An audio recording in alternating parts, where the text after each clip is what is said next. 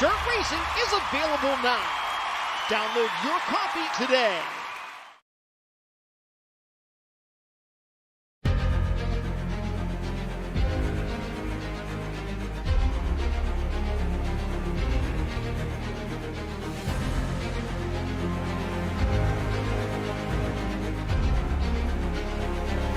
This is fantastic. This is GT racing right now. He's got tracks and he's got rid of the outside of both of them. Maloney! Oh, he's taken Anderson. Anderson's up top. Oh my God! Big crash! Oh my goodness, half the field's gonna get rolled. Second very close. These guys are going to want to make their way through the field very quickly. Oh, there we go. Oh no! That's massive. This is it. This is over. I can't believe this. Oh my God. God, what?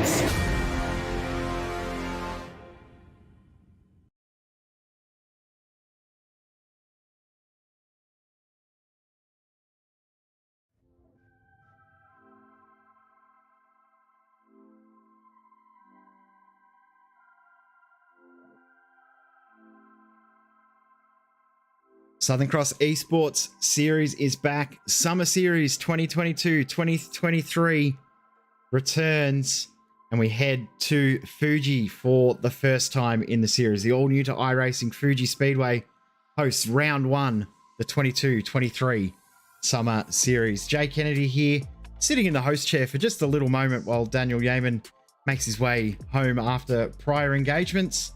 And joining him and myself for the start of tonight's proceedings for the first time in the SimSpeed booth. Big welcome to Matt Bowler. Matt, big welcome to you.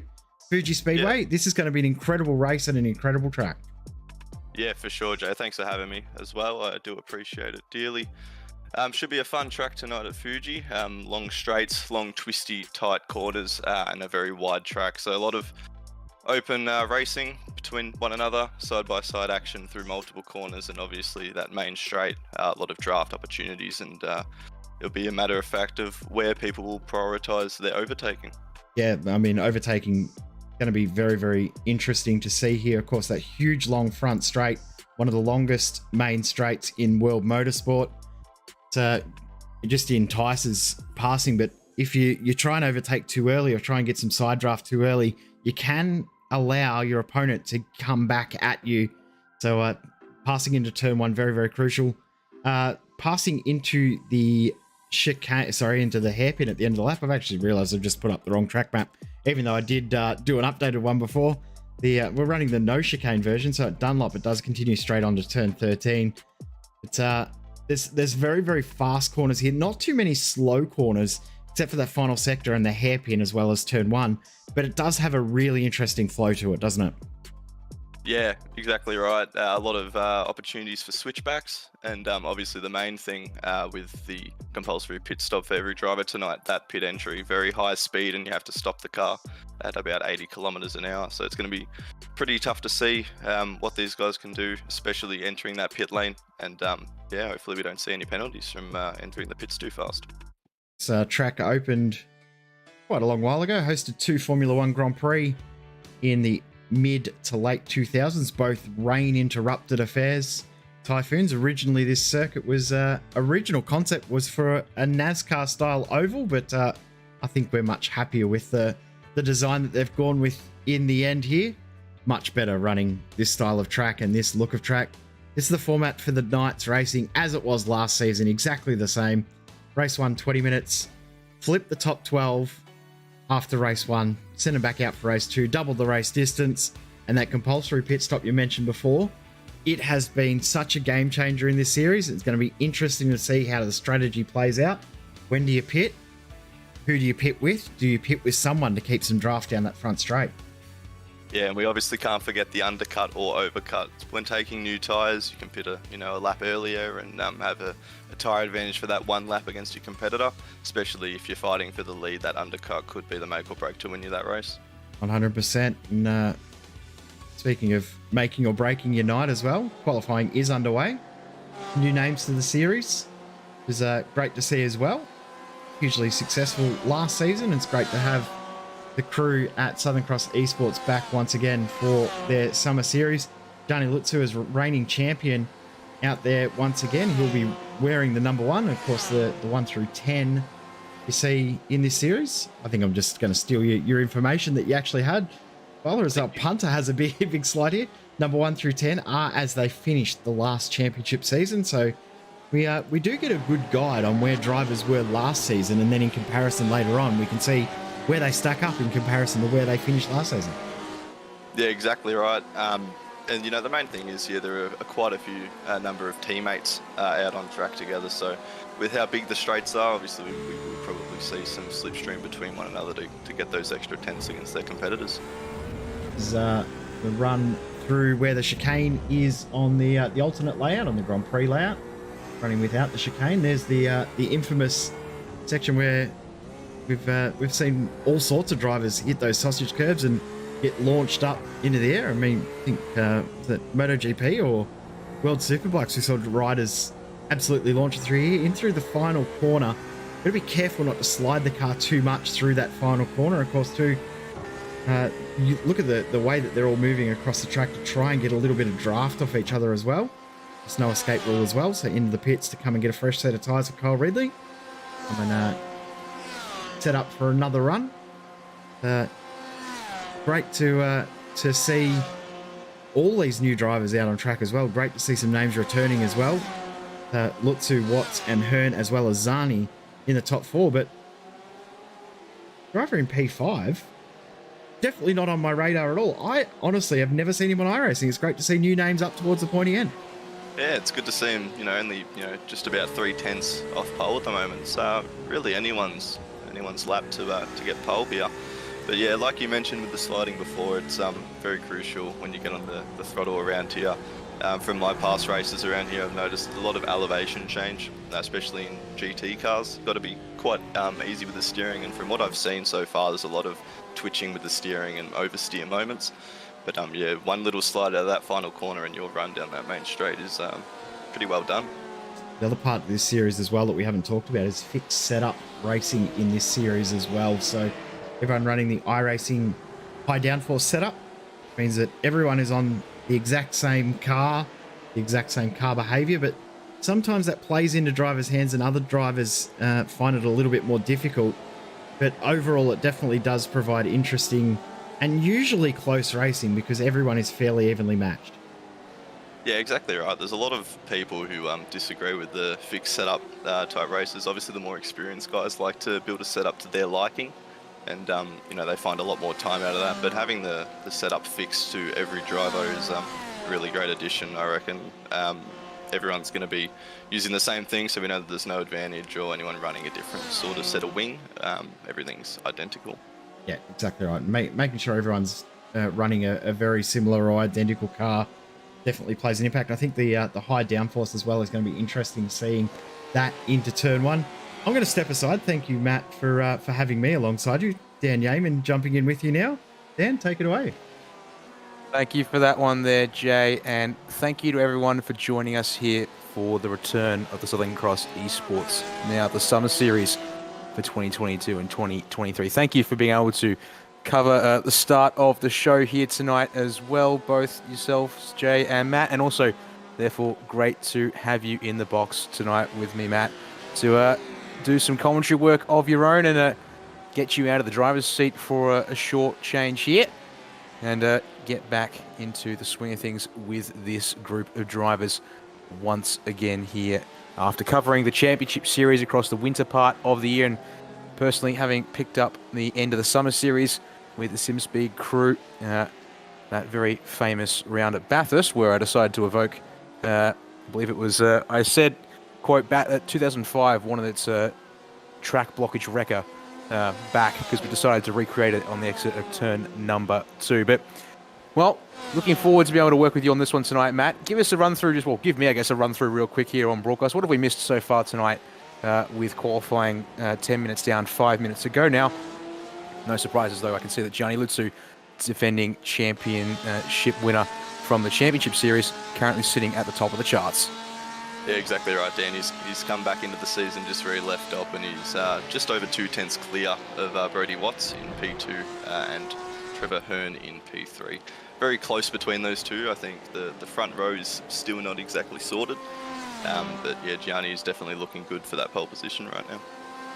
No surprises there. Gianni definitely had really solid pace last season as well when it came to qualifying times.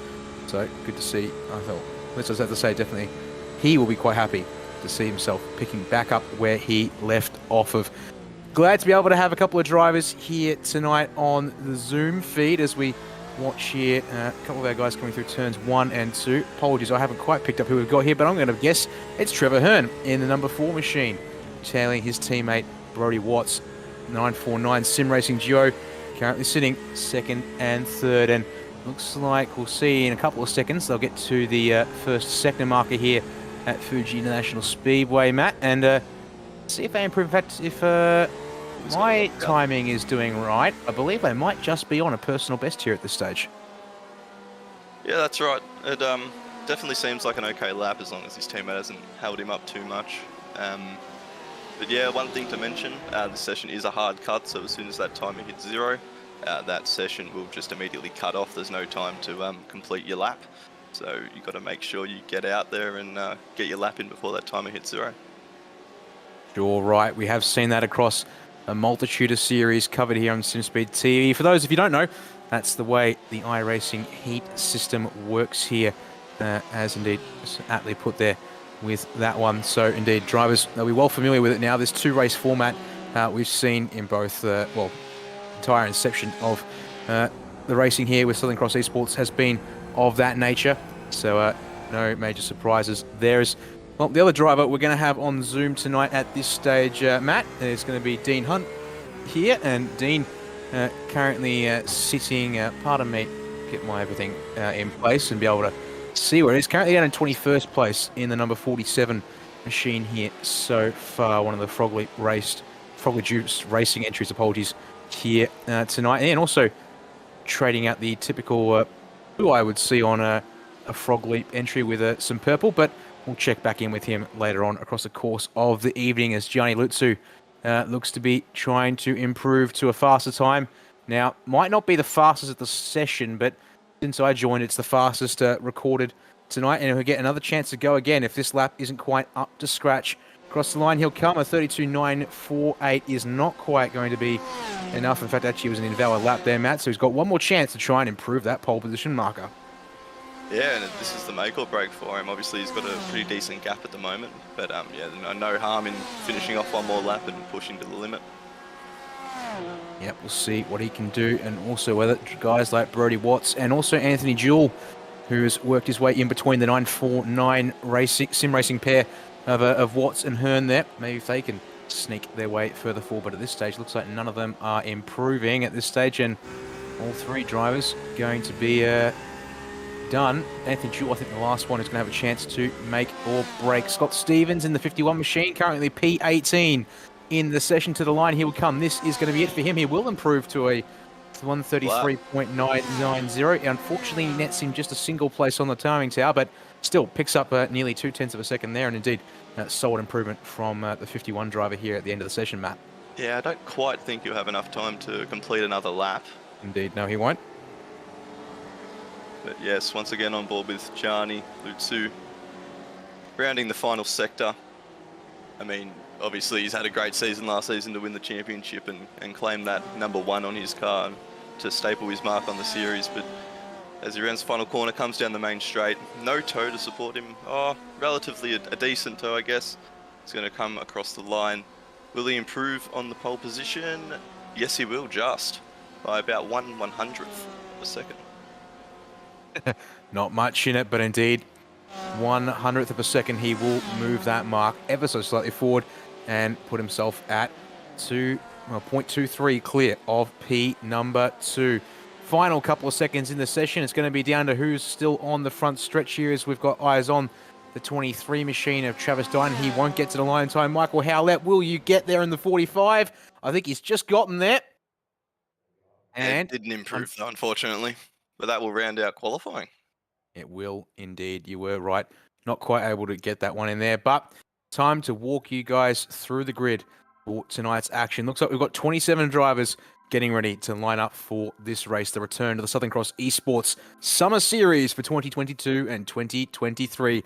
Let's start here at the front. Your defending series champion, Gianni Lutsu, makes it the perfect setup for tonight. Pole position is his here at Fuji. He's joined on the front row there by Brody Watts in the number 3 machine. Anthony Jewell splits the 949 sim racing duo of Watts and Hearn. Jewell starting out of 3rd place there in the number 9 machine. Hearn in the number 4 car, therefore starting behind his teammate with a P4 position. Kirby Watts starting the race out of P5. He's got Alexani alongside him for P6 there. Tiago Massadou and Mike Pepper going to share the 4th row here tonight with Ben Breyer and Cameron Edwards rounding out your top 10, with Kyle Ridley and David Hughes therefore going to end up wrapping up the front half of the field here tonight. 11th and 12th for them in race number 1. Yep, and in row 7 we have Ray Oliver with a 33.6, which is a good lap from him, with Rob Crisdale next to him on that row.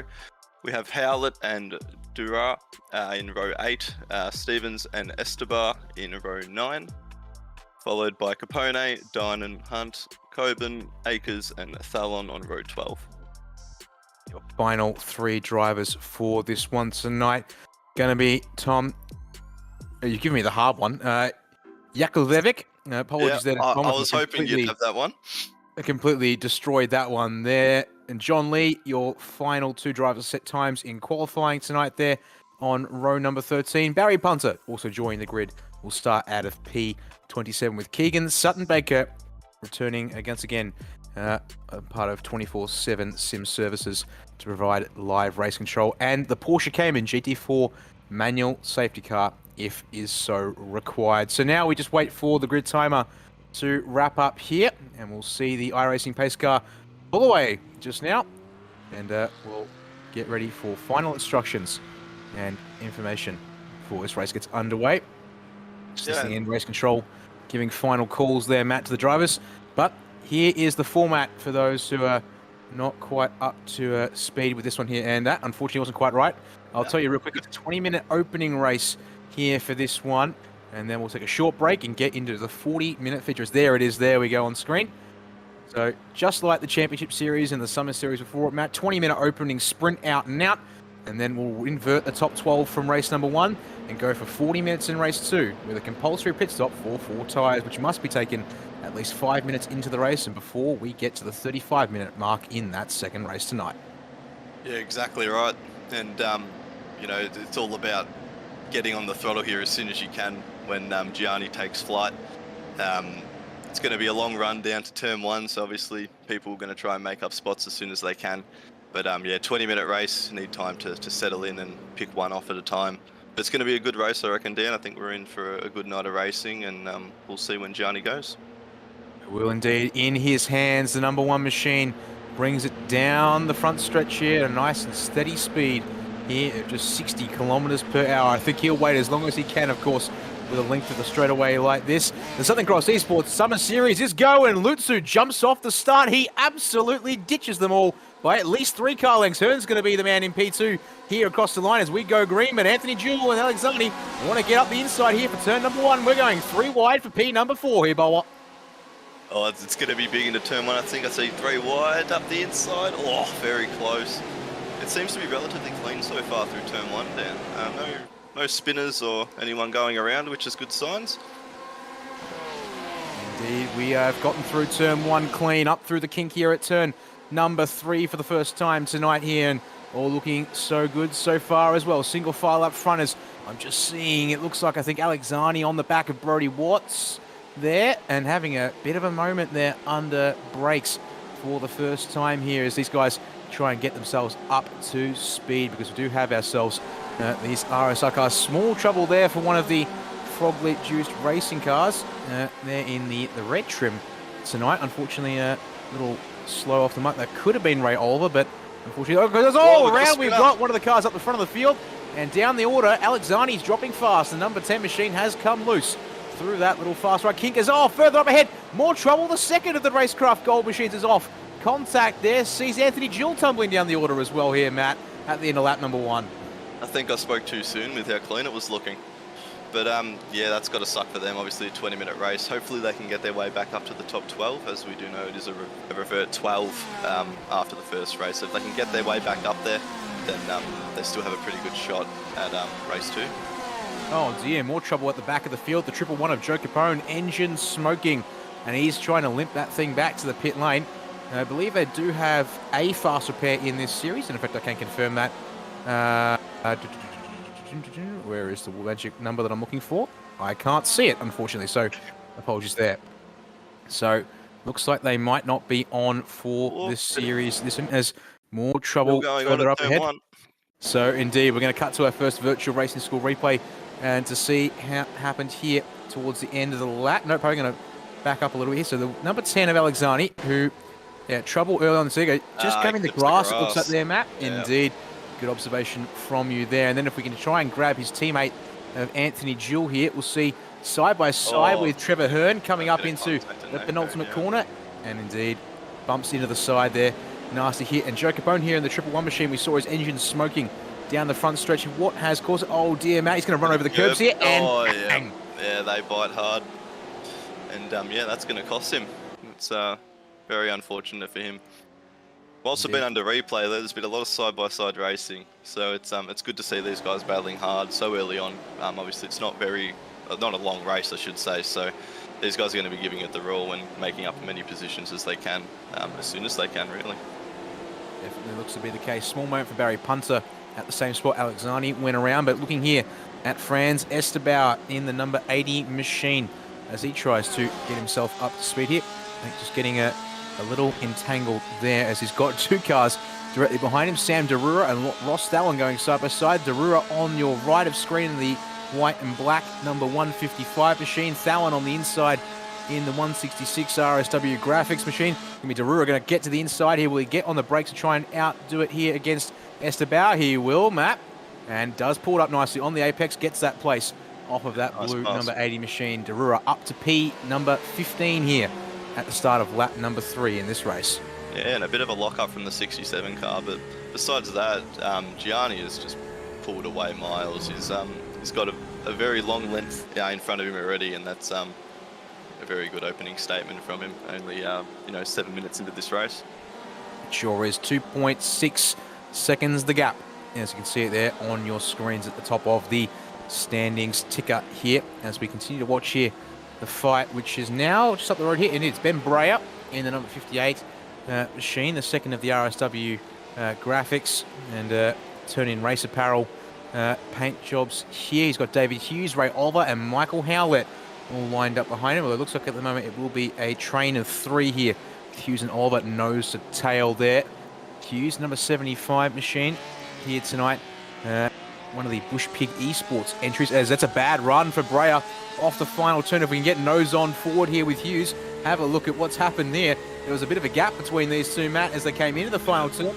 Shocking run for Breyer. Hughes up the inside. He's going to pull out nice and early here and get ahead before the start-finish line, if I'm not mistaken. And, well, he'll most definitely be ahead before we get to the braking zone for turn number 1 here. Yeah, but the side draft is still there, so they're actually still side-by-side into the corner. Oh, indeed. Oh, nice. They kept it together. That's good. Good to see.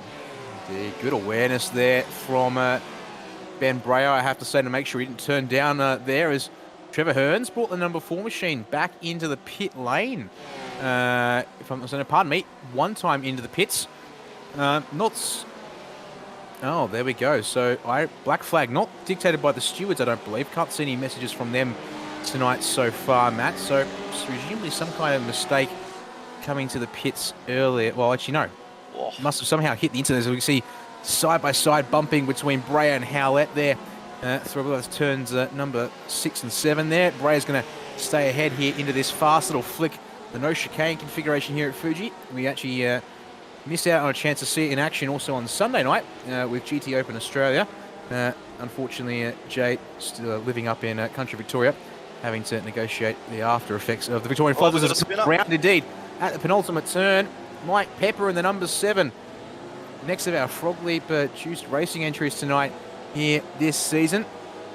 And going to have to wait a long time here, Matt. He's on the perfect racing line and yeah, drops all the way outside the top 20, Yeah, making so sure the track he's is clear. actually gotten a tap. Indeed, thanks for that information. So on the Virtual Racing School replay we go, and the number 15 of Tiago Masadou, racecraft blue entries here this season. Indeed, gets a little squirrely there into turn number 13, and around will go number 7 of Pepper. As we go back to live pitches, and it's going to be Howlett through on Brea under brakes at turn number 1 now, as they make their way up through that little kink that counts as turn 2 to turn 3 here. This left-hander, which very deceptive and easy to pick up off tracks at. I'm sure you're somewhat familiar with that, Matt, given your time spent behind the wheel across the iRacing service. So jump on board with the 58 machine, see if he can get back through on Howlett, but also Ray Olber, who's gotten through on the pair of them now, and sits in P number 7 in that number 8 machine, just ahead of Brea here on the road. I just want to quickly also turn my attention to the driver who's currently sitting in P12. As note, we'll check in with that thought later. Kyle Ridley and Tiago Masadou going at it here for 4th place on the road, Matt. And looks like Ridley actually got through at the start of the lap, if I saw it on my end earlier, down to turn number 1. And now it looks like Masadou's chance to go back with the slipstreamers. Oh, just as we're looking through the field here. The 23 of Travis Dion's going to drop, and that's going to cause pandemonium. Esteban thankfully slams on the anchors to avoid contact, but completely balks the run of the 80 machine. And, well, yeah, good avoidance there from France. Yeah, good awareness for sure. Yeah, if you don't want to run directly into him, you could risk blowing your engine so early on. So good awareness from him. He can press on, but obviously lost a bit of time from that. He sure did, and what that does is, this is Dean Hunt here, the number 47 for another Frog Leap Racing entries. It actually promotes him to P11 on the road. P12 is now held by the 155 of Sam DeRua just behind him at this stage. I just wanted to bring the attention to Hunt earlier, because he was the man who was sitting in P11 before all that went down. But now it's the 155 machine who holds P12, and therefore the all-critical reverse, or race 2 inverted pole position at this stage also looks to not be under a huge amount of pressure at this point. Further on back, Mike Pepper trying to build a bit of a recovery run here. He's got John Lee to get by first. Next of our racecraft simulations entries, and Lee very wide here through the long sweeping 100R curve. Pepper though outside of this left hand, what's called the hairpin, but he actually crisscross here. Oh, they're going to make contact on the exit though, Matt. Pepper not able to get the drive out he wants as a result. Yeah, I mean, it's pretty good to see how good these guys are going at each other. So obviously it's the first race of the season, and we're only halfway into the first race of the season, but you know, the arms are out and they're getting into each other, which is great to see. Indeed, as race control has been busy in the background, and penalty has been issued to the number 15 of Tiago Masadou for contact earlier on in this race, which will have been with Mike Pepper, speaking of the man.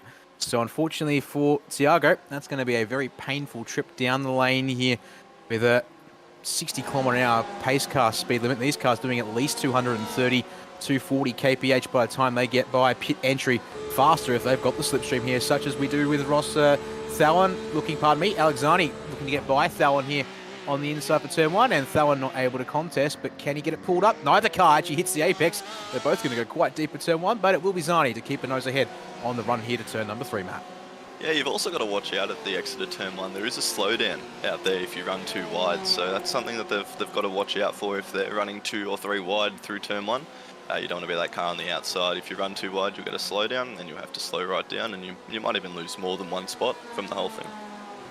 How's this? Black flag needs to be served by Tiago Masadou, but still racing here with Kyle Ridley for 4th on the road for the time being. Getting a good bit of slipstream there down the stretch to that little right-hand flick that the circuit provides when you cut out the little chicane segment, and then up the hill here into the penultimate turn, number 13. A very difficult corner to hit right, as you've got that camber, cresting, and also a bit of a blind apex as well. And then this ultra-long final turn here, Panasonic corner, really difficult one to hit your marks in. And, well, you've certainly raced it this track here before. I don't think you've got all that experience in the Porsche RSR, but I guess as a driver, Matt, what can you sort of tell us about Fuji Speedway from your experience as a perspective? Oh, it's very difficult, Dan. It's a very flowy circuit, so you know, if you don't hit the line exactly how you want it to, or your car's not in the 1 foot to the left of where it's meant to be, just ruins your line for that corner. So really flowy. You got to be really careful on the steering, especially if you're running a low downforce sort of setup, which is something these guys probably don't have to worry about. But yeah, the car can oversteer quite easily, so you've got to be able to modulate the throttle quite nicely, but also be very gentle on the brakes, not to lock the rear and snap oversteer the car around. But very flowy corner. The elevation is, as I just saw from Masadu, almost losing the rear coming into the first sector. But yeah, the track elevates quite massively. It goes up and down, and multiple corners. You need to be very careful on how you enter and how you exit, and especially that last corner. Like I mentioned to Jay at the start of the broadcast, you don't want to be missing that last corner and ruining your run for the straight, or else, the lap's pretty much over before it starts, and you'll give the competitors behind you a pretty good chance of getting past. Sure will indeed. Apologies there if I've actually made you sort of repeat some stuff from earlier on tonight whilst we've been talking. Masadu has gotten through on Carl Ridley, but obviously that's all very temporary at this stage. And Dumas actually seems quite interesting, not being able to break away given the amount of slipstream here at the circuit. He will pull to the right side of the road. Ridley will follow across along with David Hughes, who's caught up to these pair who've been scrapping for the last couple of laps. And Masadu will come in to serve that penalty issued by race control. But I'm seeing further on back in the field, Matt, we've got some fighting here over what is currently 17th on the road. And indeed, thank you very much, Jay Kennedy, for picking this one up here on screen. We've got Nathaniel Coburn in that sort of dark khaki, or dark green, almost muddy green. 77. Oh, Mike Pepper's in this one here too. I was going to get to him. Jonathan Ackers in the white and grey 87 machine. Then we've got Mike Pepper still on the charge here. And then we've got Tom Yakolevic. I'm just going to go with that. I think I'm probably skipping a letter that might not be silent, but 2x2 into turn 1. Matt will be Pepper on the inside. He's going to go from, I believe, P number 18, if not P19, to 17th here, as long as he stays on the feed there. A little bit of a blink on the exit of turn 1, but I think he's got the line here for 3. And indeed, Coburn won't contest that one, and make sure we get single file through there to sort things out here. Lap number 9 of the race, as the time continues to tick down now. 6.5 minutes on the clock as these guys, look at them, still scrapping through 300R there, up to what they officially call the hairpin. Small lock up indeed there for Coburn. Does ruin the exit ever so slightly, but looks like he'll be okay for now. But watch out for that 39 machine. Yakolevic, nice and close. Not close enough, though, to get the slipstream down here to turn number 9. And one important thing to notice around this track is obviously they've spread out a tiny little bit throughout this lap. But once they come around that final corner and they get that slipstream back, they'll be right back together for another lap. So it's quite interesting. It's interesting, I should say, to see how much the toe does affect these cars. Oh, as Coburn hits the curb, that very lucky not to break the engine there, but definitely going to pick up some floor damage from that. I think, if I'm not mistaken, there's a little bit of a dint in the front bumper of that car. Yeah, you keep running over those curbs, it will hurt. The fight is on again for P4. David Hughes stepping up to the plate here in the 75 machine, challenging Carl Ridley in that number 5 car. They almost think about going side by side through turn 3 here, Matt. They sorted it out though. Ridley still ahead for now, but looking to really be struggling here at the back half of this race after scrapping with Masadu early on. Maybe he has picked up. Let's have a look here. The front end of Ridley's car, a little indented. Oh, indeed. A lot of trouble, it looks like, down at turn number 1. That's Coburn and Atkins. Looks like Travis Dynan's gotten involved in all this, and Yakolevic in the 39 is going to take full advantage and be the one to lead the group. We're going to go jump to another of our virtual racing school replays and figure out how this has all happened here. So looks like we've got Travis Dynan all by himself here coming into turn 1, and it looks like indeed it's going to be a solo incident spin here. Lock the rears, and round he goes, parked up on the inside of the track, and spears back out onto the road, does he? Oh, the rejoin could be disastrous. Yakolevic goes wide, but Coburn has to dive inside to avoid, and that is what gives the 39 a chance to break away. And then side by side between Ackers and Coburn, Ackers going to be the one to lead there into turn 3 as they sort themselves out. Yeah, and it's still going. Oh, my word, it is. Wow, we're going to lose another spot there. He will indeed. So we've now got Tiago Masadu next to that car. Drivers trying to recover here. Now up to P19 in that Racecraft Simulations number 15 machine. And look at this here.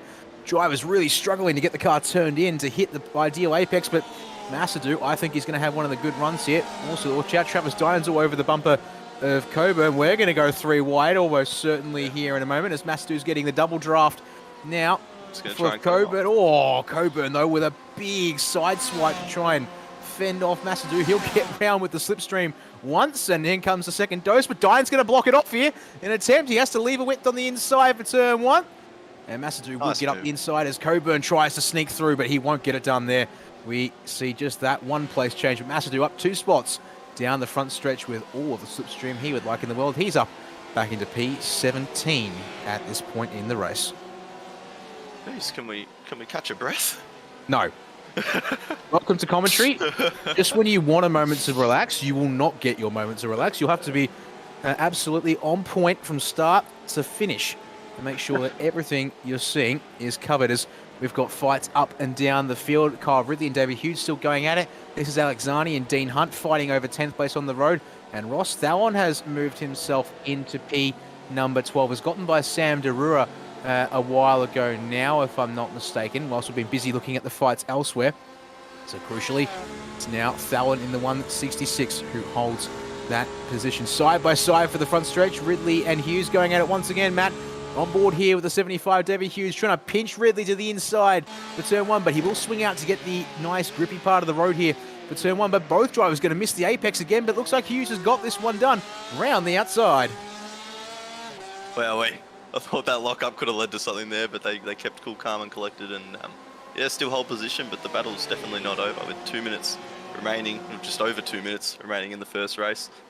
I mean, the battle for 4th is still on. It certainly is. This will be our penultimate lap of the race based on current pace and where the leader would have been when the line was crossed. I'm currently doing 33s and 34s. Means it will most certainly be 1 to go next time around. And, well, talk about one of the loneliest races in the race is with your leader. Gianni Lutsu has checked out to nearly 8-second margin.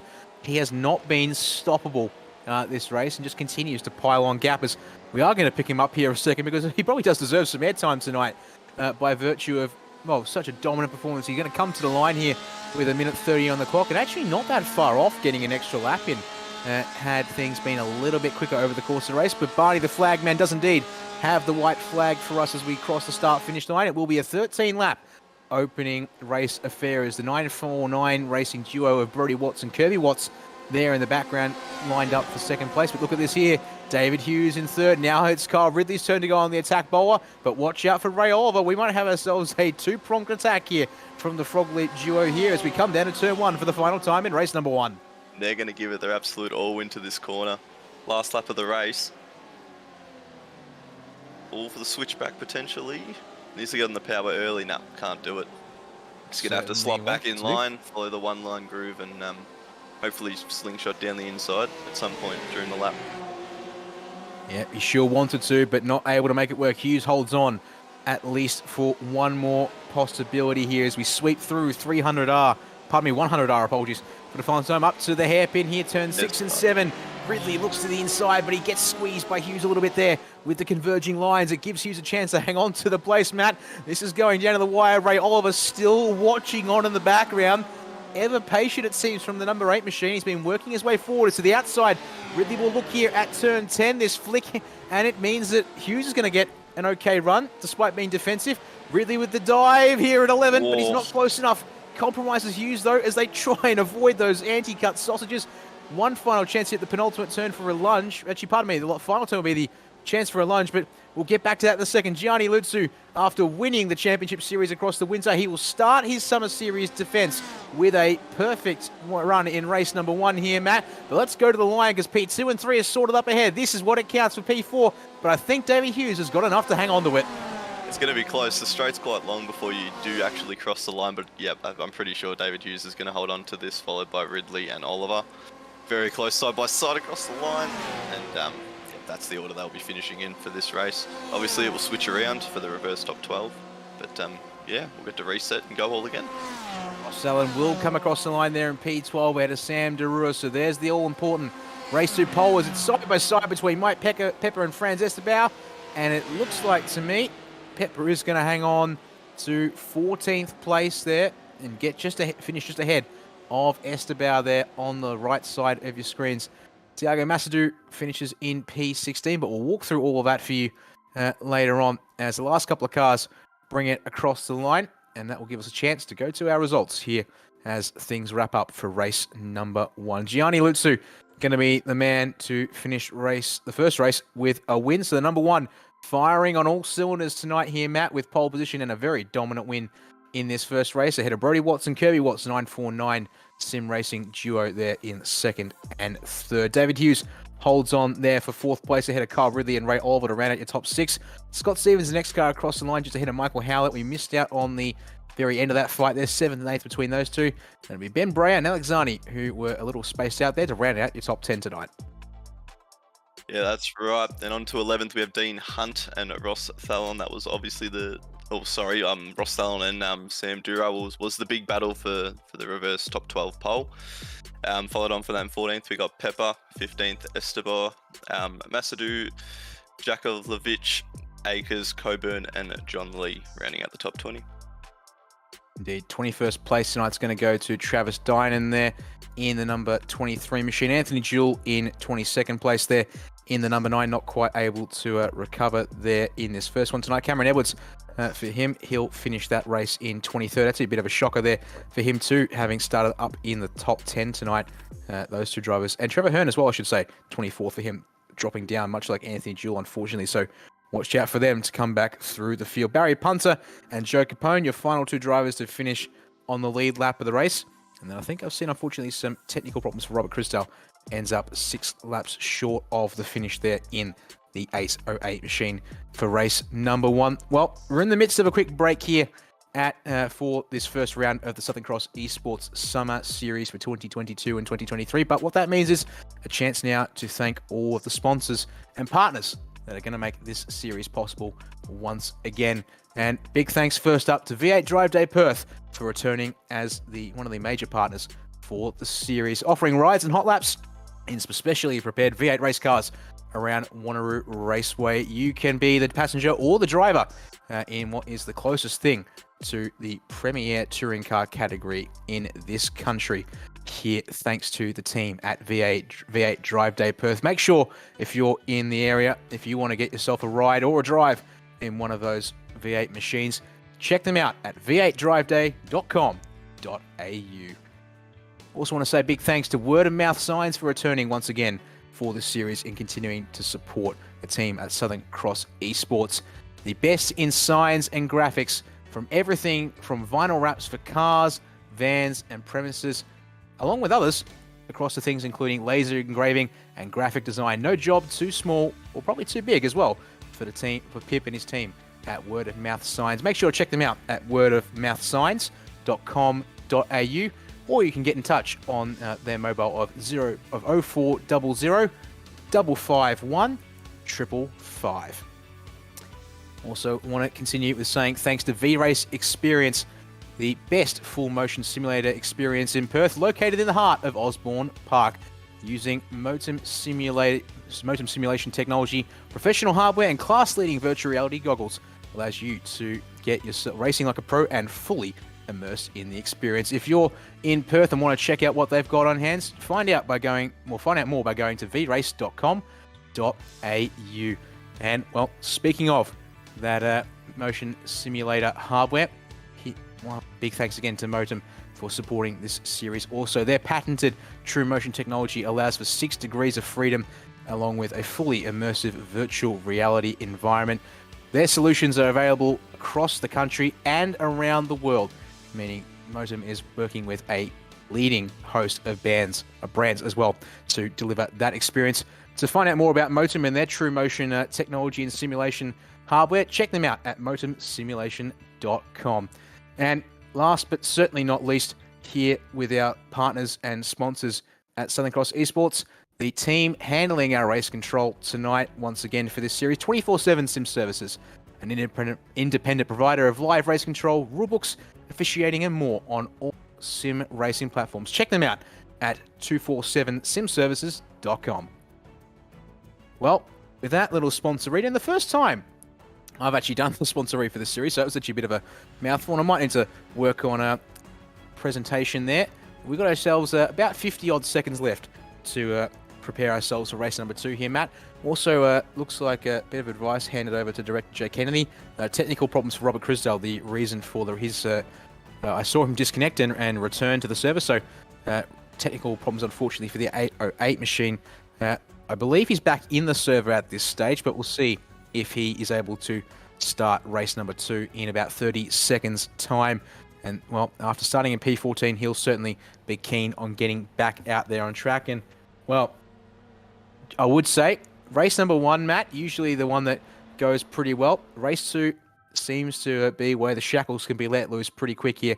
We'll cross our fingers and see what happens, because it's almost time to get to that grid here for this second race. 40 minutes going to be on the clock for this one here tonight. Yeah, absolutely, Dan. We can't forget the strategy involved with the compulsory pit stop of taking 4 tyres. So it'll be great to see how our drivers undercut or overcut each other and gain some track position from it. Indeed. Now, one of the things to note here is also these drivers will not have enough fuel to make it home lights to flag in this race. So they will have to time that compulsory pit stop, and they can't necessarily take it straight away and make it to the finish. So that will be all curious to see, is when will be the time to make that pit stop tonight. Let's walk you through the grid here at the front of the field, since we are inverting the top 12 for this feature race. It will be the 166 of Ross Dallin, who therefore gets the pole position for this one. He's joined on the front row by Dean Hunt in the number 47 machine. Alexani and Ben Breyer will start out of 3rd and 4th place for this second one tonight. Michael Howlett and Scott Stevens off of row number 3, with Ray Oliver and Kyle Ridley out of 7th and 8th. David Hughes, Kirby Watts to round out your top 10. Brody Watts and Gianni Lutsu, your top 2 in race number 1. They will be, of course, our final drivers in the invert there on row number 6. And then they start as they finished race number 1, starting with the guys on row number 7 here, Matt. Yep, so row 7 we have Sam Dura and Mike Pepper, followed by Estebar, Masadou, Jakulovic and Akers on row 9. We then have Coburn, John Lee, Dynan, Jewel, Edwards and Hearn rounding out the row 12, followed by the last 3 of Punter, Capone and Rob Crisdale with the unfortunate technical issues. Good to see him back in the session and hopefully eager to make a statement. We'll see indeed. His car is currently in the pit lane, so if he is able to join the race, it will be a pit lane start for the 808 machine. Fingers crossed we get a chance to see him out on track tonight as the field begins the pace lap here up through the last couple of turns at Fuji Speedway. So through here now, turn 13. Nets is the name on the iRacing track map I've got to work with here tonight.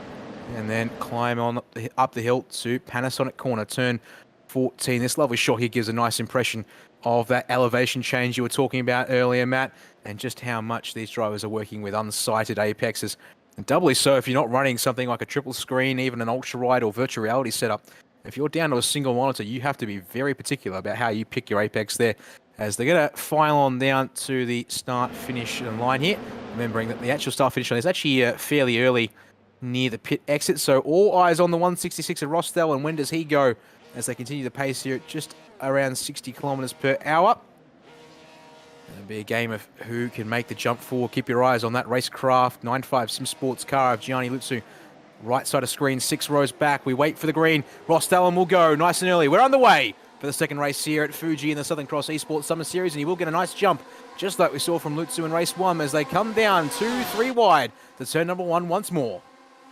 Yeah, exactly right. And Ross has got a pretty good gap into T1, so he should be able to hold on to this one. Oh, here we go. Matter of fact, up there's the spinner, and yep. Ben Breyer, the 58 Breyer machine, goes around, I think, in the grass, so they're braking on the way into the turn. More. Oh, and trouble indeed on the exit of the corner. Several cars around Jonathan Ackers and Tiago Masadou. Good spots there indeed, Matt. Unfortunately, they are additional drivers to get entangled there. It looks like it's just those 3 for now as they get back up to racing speeds, as the rest of the field is getting on through. Got calls for race control to have a look at the start there as they make their way up to the hairpin for the first time here and sort out their lines through this corner. Meanwhile, it's on for the lead. Alexani, he's going to make contact with Ross Dallin, and that's actually going to get, I believe that was Dean Hunt. Did he get through okay? I think Dean Hunt has gotten through in the 47. He will be the one to lead the back half of this opening lap. It is absolutely going off. It looks like my predictions are coming true here, Matt. Not necessarily in a good way. Scoot always catches people out. And, Kirby Watts is around 2, but we're going to go to a virtual racing school replay. There is all kinds of trouble. So first up, Ross Dallin. And Yeah, goodness me. So Ross, Dallin, Alex, Zani here. It looks like, yeah, just a case of Zani turning down. Oh, my goodness. Dean Hunt splits the middle. The water's opening wide there through the double apex kink of 300R. And then eyes on Ross. Yeah, Kirby Watts here. Going to entangle with Scott Stevens in the 51 up here at turn number 11, Matt. Yeah, exactly right. There was a collision just a bit before that. Oh my I word, we're also then believe told. Gianni has gone around as well, our race 1 winner. So up to P4, almost P3 by the end of the lap. And yeah, it just turns around. Oh dear, so Ray Oliver there, I think, in the number 8 machine. Yep, one of the Frog Leap juiced racing entries tonight. Wasn't quite ready to give that spot up. It seems. We'll see what race control thinks that one. It's such a wide corner, man. So many different options coming. You see, yeah, Lutzer just comes across out of what seems like nowhere from this particular camera angle, and then Ray Oliver just sort of carries on his merry way and tries to keep on racing there. What it has done is send Lutzer back to P18 at the end of lap number 1. Exactly right, and that's up to race control to decide. From what I just saw, it's a bit hard to tell, but that's why we have race control in place to look at those decisions. So hopefully they can make the right decision and act on it. Yeah, well, now going to be a bit more work for Lutzer because we're still green here as he flicks underneath the rear bumper of Barry Punter in the number 440 VRace Experience entry there. No hanging around for this guy now with his work cut out for him. We've seen he's had to do it before a couple of times in the previous championship series, Matt Royce. I can tell you he's had to do it a couple of times before, so this is no surprise for Gianni, although he certainly would rather those days were behind him in terms of misfortune in race number 2.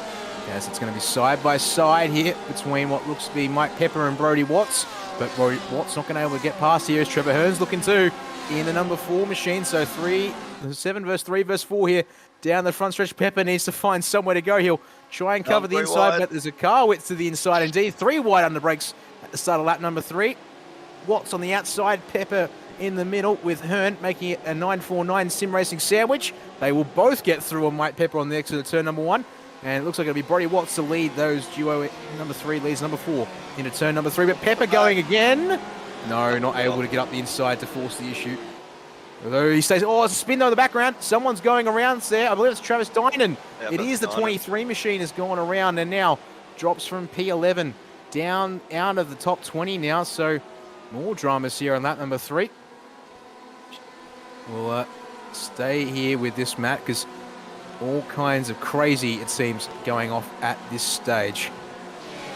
Yeah, exactly right, and very unfortunate with what happened to Gianni, but obviously long race, doubled the race length of race 1, and obviously you got to take those tyres. So will he use the tyres early, push as hard as he can and undercut the whole field and push hard on those second set of tyres, or will he play it long and see how many positions he can gain and potentially wait for a safety car? Yeah, you do have to keep in mind safety cars going. Oh, trouble for Anthony Jewell at turn 13. He's just dropped back a whole pile of spots to P number 14. And just ahead of Gianni Lutzer. And actually gets sort of stuffs up the run. Words, they're in there somewhere tonight of Lutzer here. On board with the number 1 machine as they come down the front stretch. Actually puts Nathaniel Coburn almost in a chance of having a go at him because just ahead of those guys, we've got more 3 wide action. Yakolevic, Capone and Hughes from right to left here on the brakes is going to be Capone there on the brakes will get the head of the trio there, but Hughes, good drive on the exit of the turn.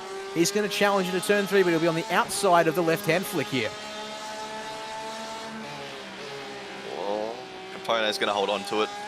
They both played that pretty sensibly. That corner can, get run out quite wide, so a lot of racing room to each other, which is good to see. As Gianni makes another spot. Yeah, he does indeed. Tom Yakolevic in the number 39 machine, I should say. Trying to hang on here, but not able to hold him off. Got hung out around the outside of the double apex 100R. And Anthony Jewell will follow on through as well. And now Nathaniel Coburn would like on through too. And oh no! Yakolevic comes across as they hit the braking marker and Coburn into the rear. Aggressively there. The pit window has opened, Matt, but, well, that's going to take some working to sort out as Lutzer around the inside, I should say, at turn 11 on David Hughes here. As round in the background there has gone Joe Capone in the 111. So good save, it is all kinds of crazy, and he calls for race control, so some kind of contact there potentially, it would he seem, picked as off the tap from Coburn. Right, there we go. So we'll see how that affects the race, as both Lutsu and Anthony Gill got by David Hughes, but the slipstream is giving them a chance to come back. As for the race lead, Michael Howlett will go up the inside of Dean Hunt at turn 1, but space given and not able to get a drive here off the turn means it's actually going to be Hunt with the inside for turn 3 here. Great little switch back there to make sure we had the inside line. They will go side by side though through the corner. Howlett's not giving it up just yet, Matt, and it gives Scott Stevens a chance to get involved in the party here as they swing around turns 4 and 5. All the way out in the dust though. Stevens has to yield ever so slightly there to get back in line for the preferred run into turns 6 and 7 here. Yep, up the inside, and obviously all the battling they're doing right now is allowing the pack behind to form a massive train, so they're just basically inviting other people to join in on the battle. They are indeed. Inside line covered by Hunt on the run here to turn 10, Dunlop corner. And indeed, we now have ourselves a top 8 in a line here as they work their way up to turns 10, 11 apologies. Ray Oliver to the inside of Stevens here for third. Same going on just behind, it looks like, between Brody Watts and Trevor Hearn here. They're trying to sort themselves out whilst also thinking about what to do. We've now got Oliver leads Kyle Ridley for a pair of Froglit machines as you see here trying to sort out turn 14 Panasonic corner. What's the best way around? How early can you get on the power and maximise your run down the front stretch as we head on to start lap number 6 of this race. Dean Hunt on our screens here once again in the 47 machine, leading the race. And oh, interesting, a disqualification. Yeah, I've just seen Anthony that. Jewell. Anthony Jewell has been disqualified. We don't actually know why or how, but yeah, our producer Jay Candy's just informed us. So that's unfortunate. Yeah, likewise. I saw him disappear off the track. It is fascinating because I'm not seeing an incident limit. Yeah, I'm not seeing a that either. disqualification limit or disqualification marker for incident points. So the only explanation would be some kind of penalty picked up at the start of the race and Jewell not serving as. Meanwhile, at the front of the field, oh no! Kyle Ridley has turned bulldozer and taken Michael Howlett with him at the hairpin, turn number 6.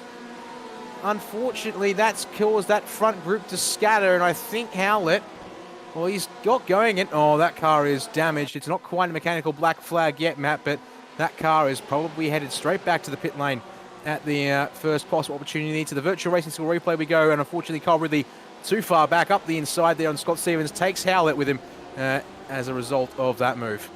Yeah, and that seems pretty slam dunk penalty worth to me, Dan. I don't know about you, but came in a bit hot and missed his marks.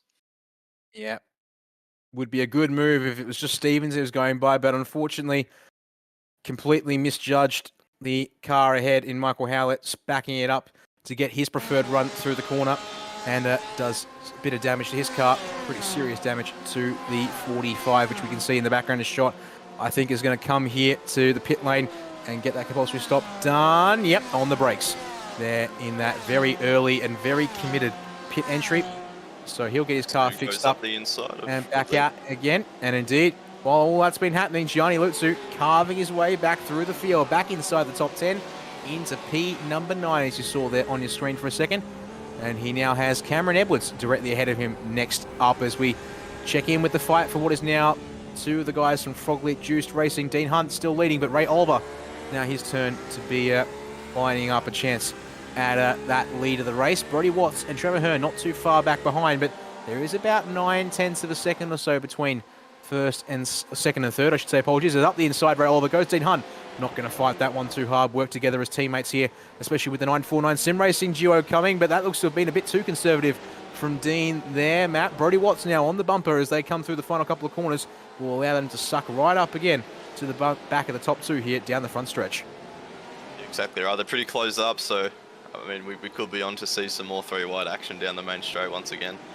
Oh, Scott no. Stevens, the 51 has gone around in some fashion here at turn 13. Backs it up and is able to get going nice and tidy, but we'll see what's happened here on the virtual racing school replay once more. That looks to be Sam DeRua in behind, but unfortunately for Scott, he's undone it all by himself. Gets the rear loose under brakes, thankfully able to put it in reverse and get out of the way before everyone comes through. And off the racing line, to be sure, as indeed it's on for P2. Going to be Brody Watts trying to go around the outside of Dean Hunt here. I think he might just make it stick. Hunt gives him barely anything to work with there, Matt, but he will get the job done. And Trevor Hearn wants on through too. Yep, exactly right.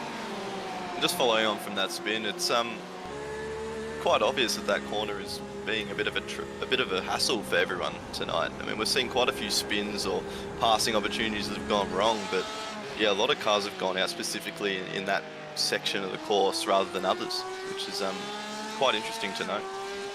Yeah, obviously a tricky corner in the best of times, and well, while these guys are running a high downforce configuration, it's a low speed corner. You're not going to have much of that downforce to assist the mechanical grip, and when you're coming in here to a car with no ABS as well, you're really working the brakes on the way in to try and bring as much corner speed, speed into the corner, and then carry as much speed through, and you're braking and turning. That is one thing cars aren't particularly great fans of.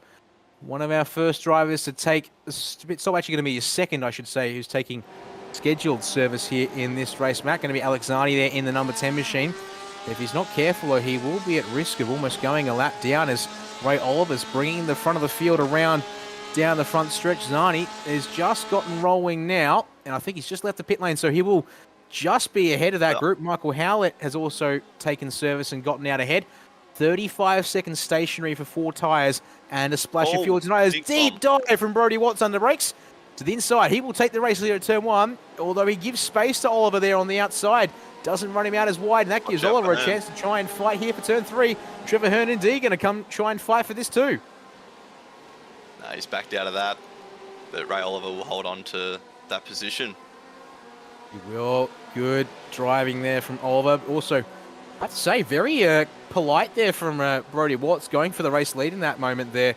Matt didn't really force Ray right to the edge of the track and really gave a lot of space on corner exit. So I guess credit to Brody Watts for being polite and considerate at this point in the race, but it does mean he slots back into second for the time being.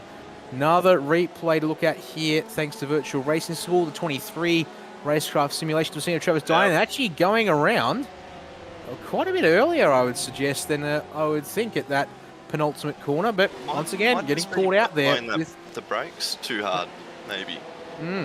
I would suggest so, as we return back to live pitches, and Trevor Hearn has been shadowing his teammates so always long, but it gives Mike Pepper and Dean Hunt a chance to get back at him here as onto the front stretch they'll come once more. And look who's in the background of shot there, Matt.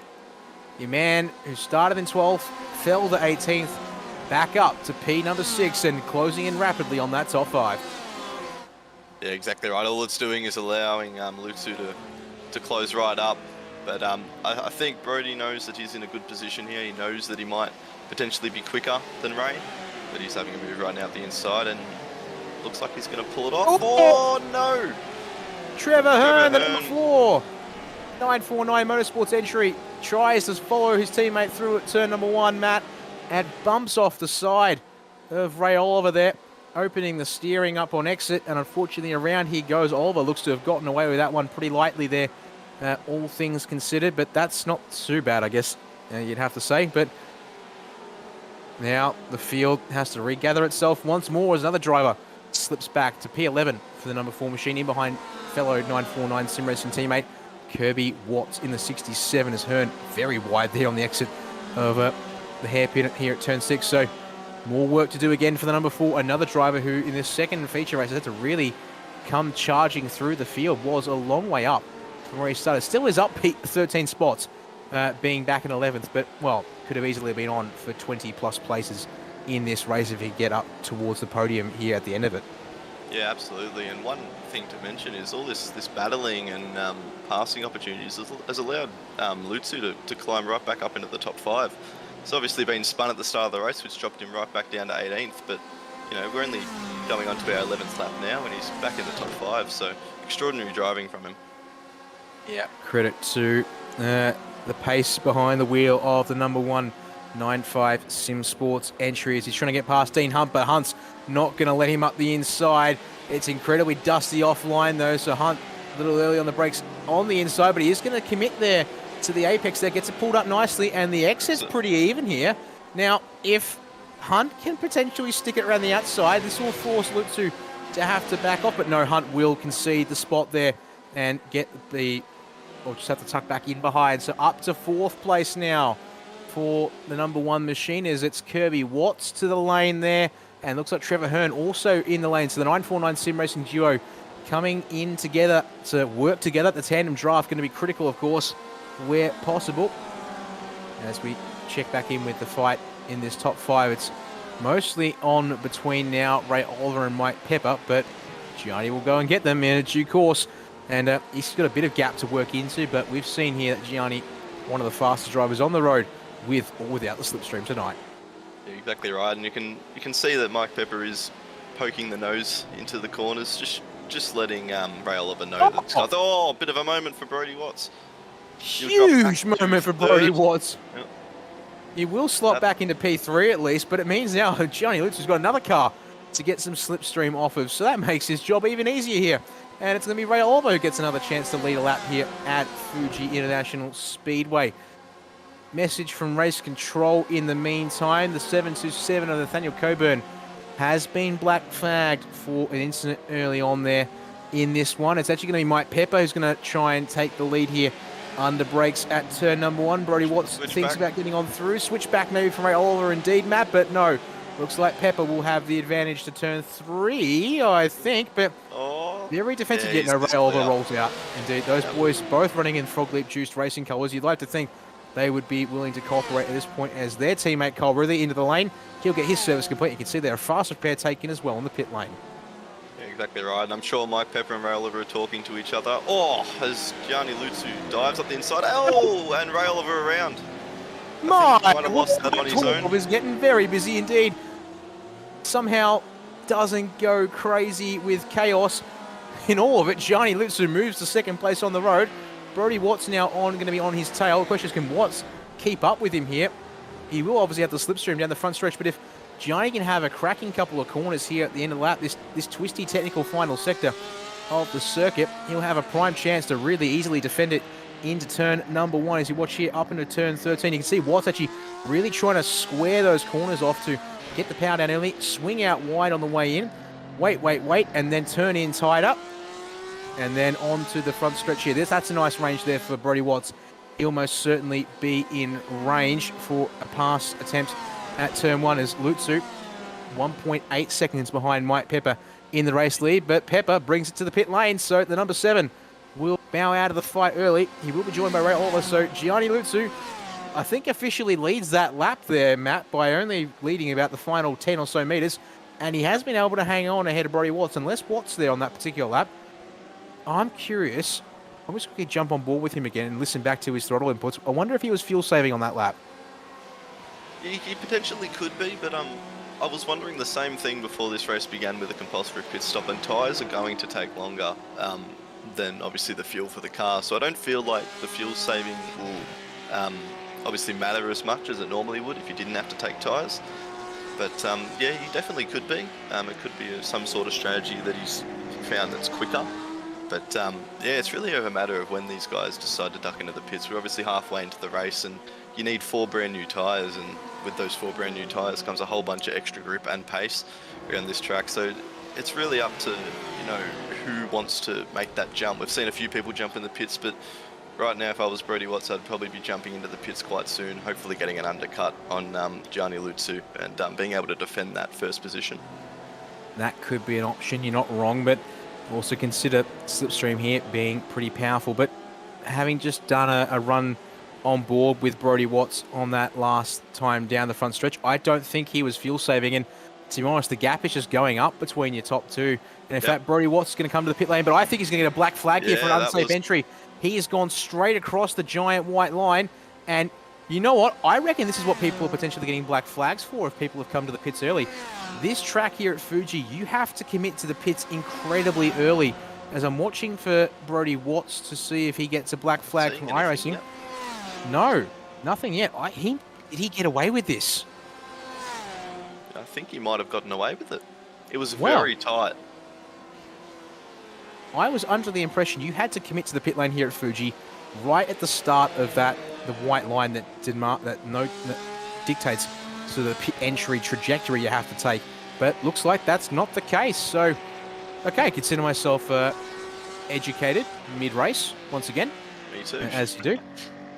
As checking out this fight here now for the final spot on the podium as they currently run.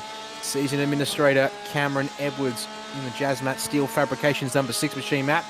Well, I'd say just as a bit of an information filler, Cam Edwards, solid racer, has been in and around the top 10 in the Championship Series last time.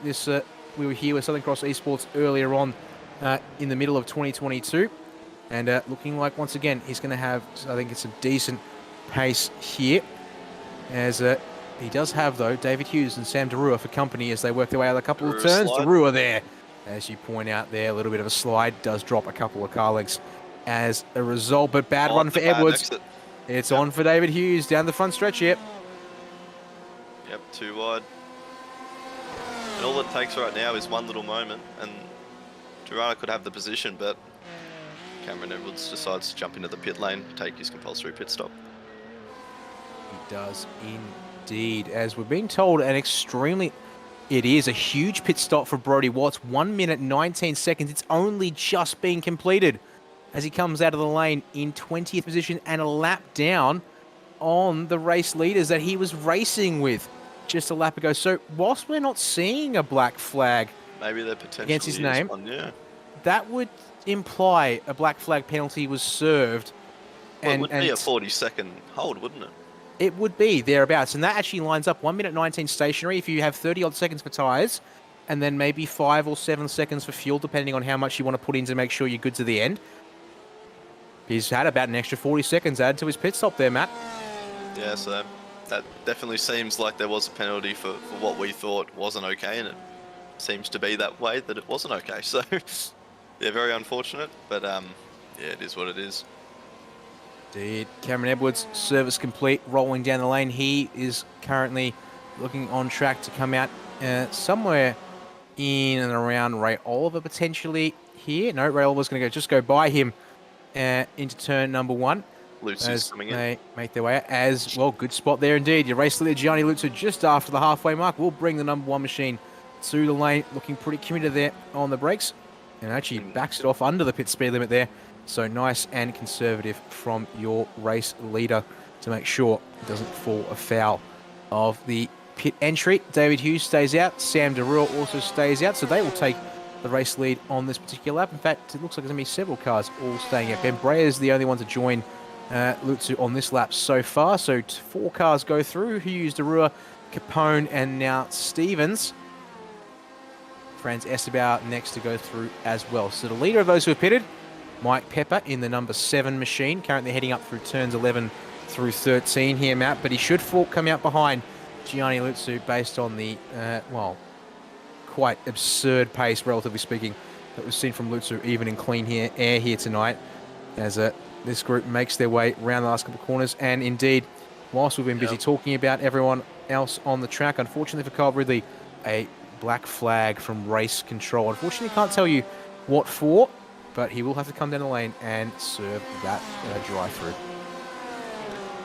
Yeah, indeed, and obviously Kirby Watts and Trevor Hearn together once again.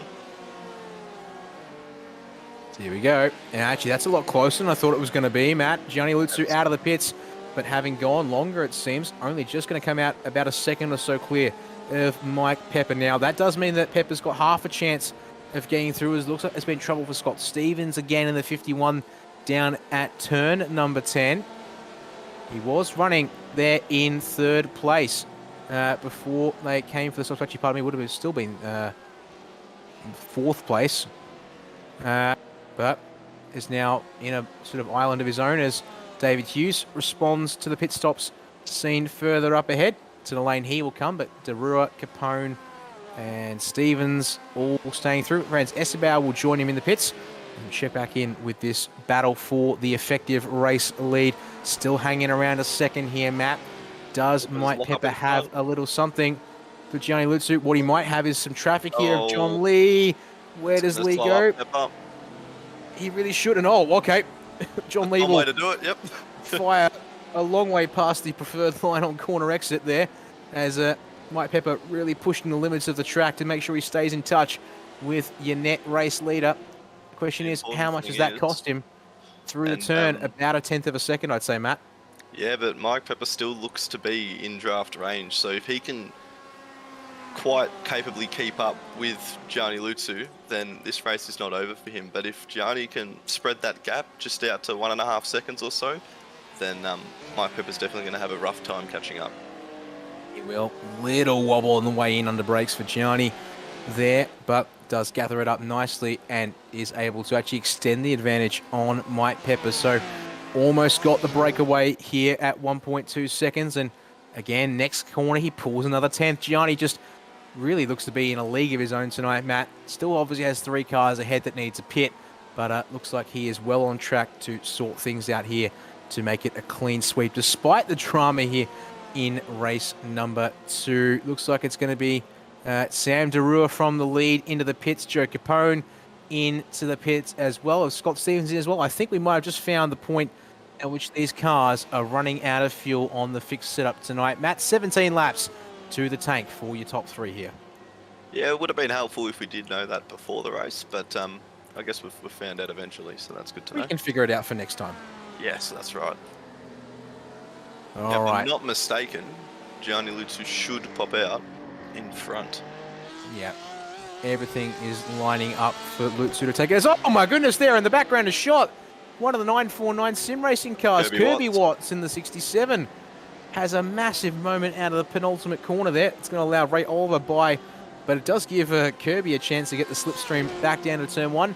Lutsu is passing everyone in the pit lane as we speak, and he will indeed retake the race lead, 1.5 seconds clear of Mike Pepper behind. On board with Kirby Watts here to see what's happened at turn 13.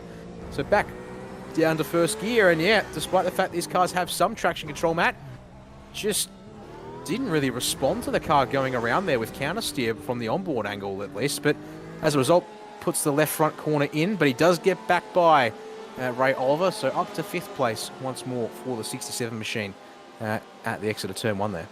Yeah, the interesting thing about that is that Kirby Watts' car looks completely fine besides a little dint on the right front, which is the opposite side to which he hit the wall. So I think he might have gotten away with it. He might not be down on any, straight line speed or anything with that. I think he might have got off the hook. Yeah, I think that's a good spot there from you, Matt. And yeah, that 949 sim racing machine in actually the number 67, as it were, looking pretty healthy and happy at this point in time as they make their way down to turn 10 Dunlop corner once more. It's the 18th lap of this race, and we're expecting 26 laps. We might get 25 in this second one here tonight, Matt, because of course fairly lengthy pit stops and transit times here at Fuji just might knock us back a lap on the cards as these two wind their way through turn 13 up to turn 14 here. And now it's going to be Kirby Watts' turn to try and defend the spot, but you would think, good again with the slipstream, yeah, good exit from Ray Oliver indeed off of the final corner and the massive slipstream advantage. This should be a pretty easy slam dunk pass back, and they'll trade places once more at turn 1. Yeah, turn 1's very interesting. Like, you can make the dive up the inside, but there's always room for the switchback. So it's not actually over until, you're up to turn 2. We're about to find out anyway. It's going to hold it around the outside. Enough room for each other, but yep, Ray Oliver's going to hold on to that. Yeah, barely, well, not aggressive, but affirmative pass there from Ray Oliver up the inside, and yeah, leaving the just what needs to be done there to give that spot to, or make sure, well, Kirby Watts the space needed to race on hard, race fair. As we're just told, Thiago Massadou did a couple of purple sectors. I see one purple sector on that lap there in the first part of the lap. So some speed in the number 15 car. Unfortunately for Thiago, back in 17th place in behind Brodie Watts at this stage. As we see, yeah, it's Tom Yakolevic further on behind. But you can see here through turn 1, a couple of different lines being utilised here. Plenty of front-end grip in most circumstances in these Porsche 911 RSR GTE class cars, Matt, so you can see drivers able to really keep, I think, nice and tight through that double apex of 100R here at Fuji, whilst maintaining good cornering speed. And then the slipstream down here to turn number 10, but it will be Brodie Watts. Hangs on, though, he runs wide, and Massadou is going to get a very easy pass up the inside and take that place away here by turn 11. Yeah, it's a good thing to notice that Masadu did pit on lap 17, so he's obviously come out and done his first lap and setting purples on those new tyres, so it obviously shows how much the grip difference is on a new set of tyres compared to about 17 lap old tyres. Yeah, it sure does, because track temperatures today, certainly not extremely cold. It's been set to a virtual date of May 15th. And it is in the, actually, funny enough, it's May 15th apparently in virtual Fuji today. At 8:37 a.m. virtual time, we've got an air temperature already of 26 degrees Celsius and a track temp of 35 degrees Celsius. This is certainly not friendly morning time conditions when it comes to tyre wear and tyre degradation in this one. And no wonder I'm seeing a lot of dust. This track started out today's server with a 30-minute practice session, completely clean, 0% track usage here, which is going to be interesting, I think, to watch. It means obviously the extremes of the racing line and the racing circuit definitely unfavourable. Mike Pepper just jumped on the radio in the number 7 machine.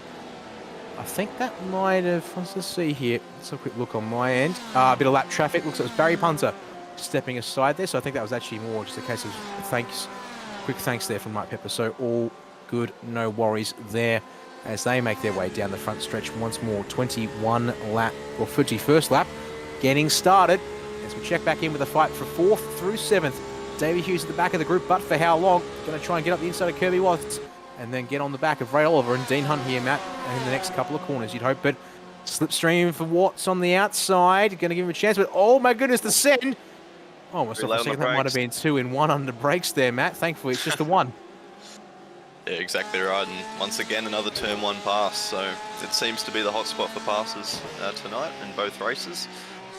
So yeah, pretty probably the easiest corner to pass on this track. Every other corner is pretty tight and twisty, and we've seen people obviously go for passes in other corners and it hasn't quite worked out as well. Yeah, you're not wrong there. Yes. Now, watching out the back of Dean Hunt at the front of this group in the number 47 machine for Foglit Juiced Racing. Teammate Ray Oliver in behind him there. And then you see the headlights of Hughes and Watts further into the back of shot. That being Kirby Watts is watching this guy's tackle turn 10. I have to say, in this configuration, Matt, looks to be an incredibly deceptive corner in that you don't want to get too much of the apex curb, so drivers are staying clear of it. But that means you've then got to be careful not to just run horrendously wide like we saw Brody Watts do, which allowed Tiago Massadou on that last lap round for them further on back in the pack to slip on through. As we see here, a bit of a bad run, I'd argue, for Hunt. That allows Ray Oliver to close up through the corner, and I reckon Oliver's going to have a prime opportunity to take that place down here on the brakes at turn 1 once more. Exactly right, and we are about to find out. Slipstream in full effect, we can see it on camera right now. The speed difference is just way too much with that slipstream with the clean air. Oliver's going to go up the inside later on the brakes than Hunt, and it seems like a very easy pass as long as he can pull it up. And yep, Hunt backs out of that and allows Ray Oliver to go through. He does indeed. David Hughes had a half a chance to look at it on there late in the corner, but no dice, a little bit too far back at this point in time. Still got 5 minutes to see if he can work something out and get himself up to position number 4. Well, that gap has grown and grown at the front of the field once more. It doesn't feel like it's growing as rapidly per se, but Gianni Lutsu, the only driver apart from Tiago Massadou, Matt, to be in the 133s last time around, and the only one of 2 drivers again to have done a 132 validly in this race. The other person to have joined him in that pace level would have been was Trevor Hearn earlier on. Sam Derua to the pit lane once again. It seems no penalty for him from what I can see, so maybe short on fuel. We'll see what he does for us. I'll just see what he does here for a second, because it's just outside the pit with a 1 second stop, so maybe a tiny splash of fuel and a fast repair for the 155, or maybe even just the fast repair, because the pit window to get your compulsory service has expired, or had expired by the time Derua came into the pits. Thankfully though, all drivers still out and racing got their compulsory service done within the window. Hughes could be on here to go up the inside of Hunt into turn 1. Just pulling out. Oh, there's a lap car. Okay, and a bit of defending. Hughes is a bit later on the brakes. He's going to try and go around the outside, get quite close to each other. He sure tried, you're not wrong. Yeah, And Hunt's going to be able to hold on to that, but Hughes with the switchback, obviously. He's got the speed difference, I think, here. There is an overlap. Will they back out? Oh, Hughes is going to go up the inside. And he's going to hold on to it. Great move. And now it's a matter of fact of just getting back into the line, and maybe Hunt could set himself up to go up the inside of this corner. Or Kirby Watts around the outside. Oh, he's going to clip the grass. Oh, whoa, there is a slow car ahead. John Lee, very damaged to the rear. Indeed. Very damaged. And that car is not running. He's stopped. He has. There's a severe amount of damage to that car, and he's actually towed to the pit lane.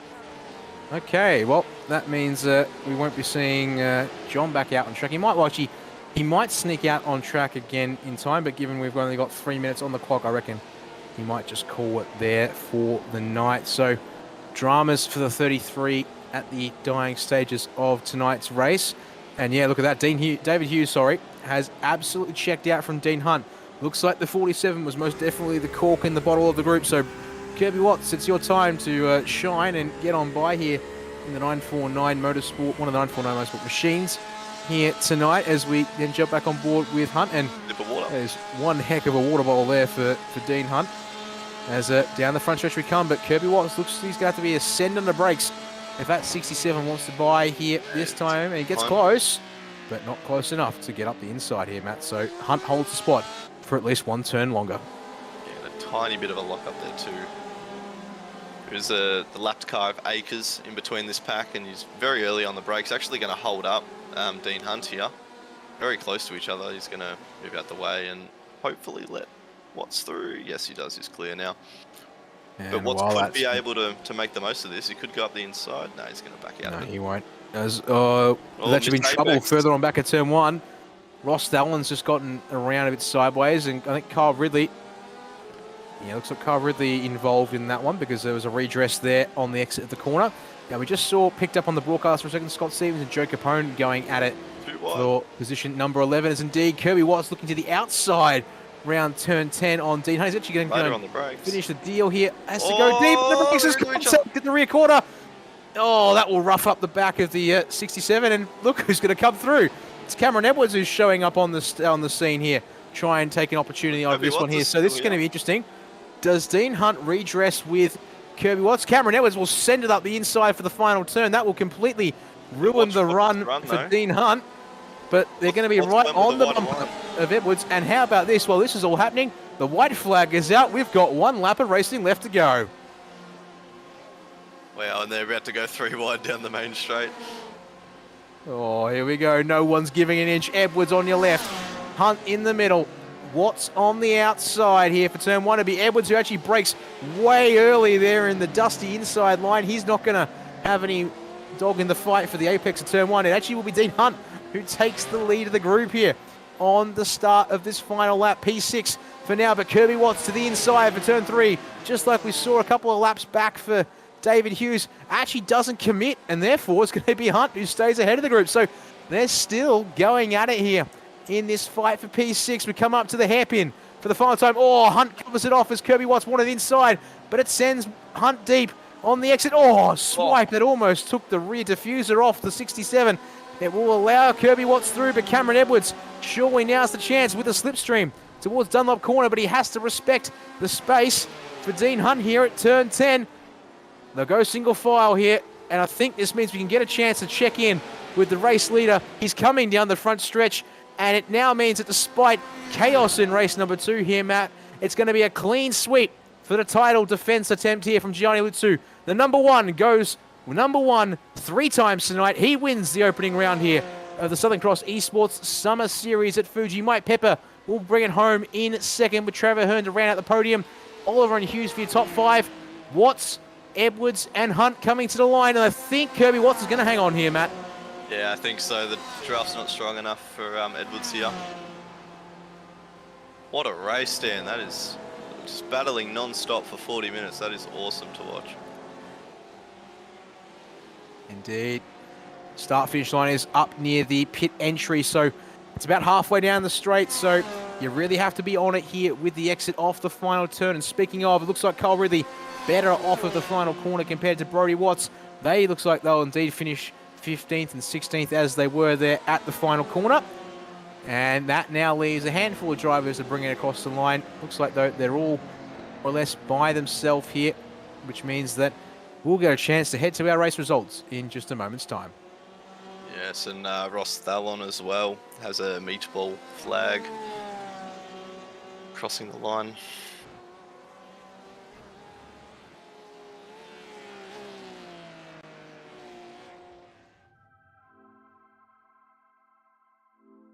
And there we go.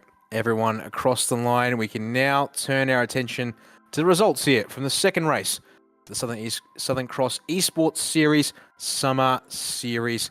And Gianni Lutsu makes it a clean sweep tonight for the opening round at Fuji with a 7.5 second margin after getting by Mike Pepper in the pit stop, before the pit stops, and then clearing out after the pit stops, I should say there, Matt.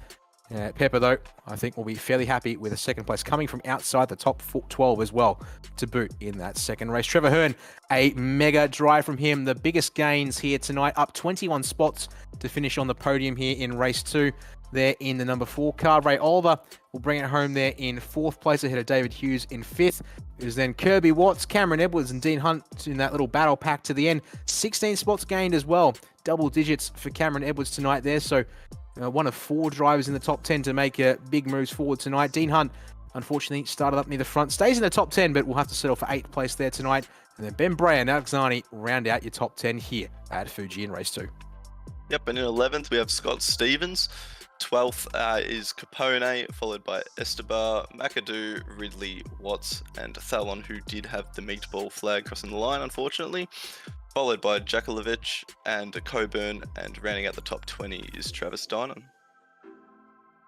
21st place tonight in this one is going to go to Sam Derua, also the first of our cars, 1 lap down there, unfortunately. Jonathan Ackers and Barry Punter, plus Rob Crisdale, join him there. 1 lap shy of the finish. Unfortunately, Crisdale not able to take the start. I think that really messed up his chance to properly race here tonight in this second one as well. John Lee 2 laps down with that early retirement there on the outside of the hairpin. And then Michael Howlett retiring very early on. And unexpected disqualification for Anthony Jules sees him at the back of the results there and not classified for the race. Well, time to quickly chat to a couple of drivers here with interviews tonight, and I think no better to start with than the defending series champion, well, the man who walked away, it seems, at the front of the field. Gianni Lutsu, clean sweep for you tonight, man. Starting off the series defense in perfect fashion, you'd have to say. Well done. Yeah, thank you, Daniel. Cheers. Yeah, it was a really, really good night tonight. Obviously, yeah, we've had a good break over the past couple months. Obviously after the winter series, and yeah, obviously coming home with that win obviously gave me great confidence sort of coming into this series now. And yeah, obviously started the night off really well with a pole position in quali by a couple tenths. So that was a really good sort of sign of confidence for the night. And then yeah, obviously race 1 was sort of just about trying to maintain that gap and just keep on pumping those laps out. And yeah, obviously we come home with obviously a few seconds in the gap. But yeah, that second race I made it pretty difficult for myself to sort of drop it down all the way pretty much to dead last after being in 4th. And yeah, I really had to sort of work my way back through the field. But yeah, no, it was really, really fun, and the racing was really, really clean. And yeah, obviously really, really good to start off the season with the clean sweep. You're not wrong there. Race 1 did look a bit like a clinical execution there of a start from the front and do it in as fast and as furious a fashion as possible. Curious, you mentioned there you sort of made it hard for yourself. Do you feel like it was really a mistake on your behalf that sort of sent you around there in the start of race 2, more so than just sort of a bit of a crazy moment there, trying to come through for the inverted top 12 in that second race? Yeah, for sure. I think obviously being in the inverted top 12, it obviously makes you a bit more tentative to try and get through the field. But obviously that was just sort of a mistake on my behalf, just being a little bit too greedy and just trying to sort of make up the positions as quickly as possible. But yeah, obviously the 9.5 Sim Sport car had a lot of speed tonight, so that was really, really good, and we were able to sort of work our way back up. And yeah, had a good friend in the comms tonight just helping me out with spotting, so that was really, really good as well, just sort of keeping me updated what was sort of going on ahead of me. And yeah, no, it really helped out. So great night, good way to start the season off, and yeah, let's try carry it on to the next round as well. Yeah, well, I think you'll be one to be hard to catch, I have to say, given what we saw tonight. And speaking of that next round, back on a 3-week tri-weekly schedule for this series. So we'll be back on Wednesday, November the 16th, when we head to the 2009 version of the Indianapolis road course here on the iRacing service. Another track that's going to be down to a lot of high-speed runs, mainly, of course, down that front stretch once you come back onto the oval section. Any thoughts on the car track combination here with the series? Gianni, any chance to do any early practice as well, or will that sort of be one that will come up in the next couple of weeks for you? Yeah, no, for sure. It's obviously really cool as always to see sort of the calendar going to a lot of different tracks around the world. Obviously, yeah, compared to last season, we obviously had quite a few Aussie tracks. And yeah, no, it's actually really cool to sort of try these cars out at different sort of tracks that you don't usually get the chance to race these cars around. So yeah, no, it's going to be one of those tracks again where it's sort of just really focusing on making sort of those apexes and exits, and yeah, really just trying to maximize the corner speed as well. But yeah, obviously we'll have a look at it a bit closer to time. Obviously, yeah, quite busy with a lot of 9.5 Sim Sport supercar stuff and all that fun sort of stuff like that. So yeah, definitely in the lead up we'll be taking a look into it. And yeah, just try to help out a few people as well in the series, get a little bit faster with my sort of coaching stuff I've been doing now. So yeah, no, I'm looking forward to the next round. And yeah, as I said before, let's try to keep the run of clean sweeps going. Well, looks like there's a target for you to chase for the rest of the season. Speaking of which, you've already thanked the guys at 9.5 Sim Sports, but just to wrap things up with you, Gianni, here, who else do you want to thank tonight for your results? Yeah, obviously big thank you to Aaron Gray tonight for spotting me. Obviously, yeah, a couple of the boys are away doing sort of real life stuff, so I couldn't get them in. But yeah, no, Aaron was really, really good tonight, and without him, yeah, it probably would have been a bit of a harder race for me. So big thanks to him. Obviously, yeah, again, big thanks to the team at 9.5 and Sean for all their support, and obviously our sponsors, Racecraft Simulations and John Lee for all their support in my racing. And yeah, obviously a really good start to the season, and as I said before, we'll try to push on to the next round and yeah, keep trying to get these number one results. There we go. Gianni Lutsu makes it a clean sweep tonight. Did have to work for it in race 2, but off to a perfect start with his title defense here at the Southern Cross ESports Summer Series. We'll jump to the man in P2 next up, and I guess for Mike Pep it was a bit of a different story, whereas we just talked with our man who won the round out tonight. Mike had to work for it there in race 1, and unfortunately a little bit of a victim there of some contact early on there in that first race. Put you back a little bit from where your qualifying pace and probably where you'd like to be, all things considered, in that first race there.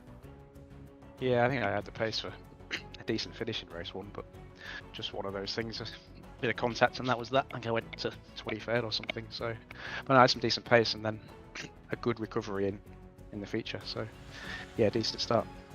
It's certainly not wrong there. Race 2, the chance for you to really put your foot down and work forward. Did a good job to get yourself back to 14th place at the end of race 1, which set you up for that 14th start in race 2. But you then work forward 12 spots from there to finish second in this feature race tonight. Obviously a bit of pit strategy and figuring out what you can do in terms of maybe a little bit of... Was there any fuel saving from you tonight, I should add, in that battle pack early on there with a whole bunch of guys there fighting over those leading spots once you got there? Yeah, I tried to save a bit, but then I did overfuel slightly. But I came out into clear track, which was good.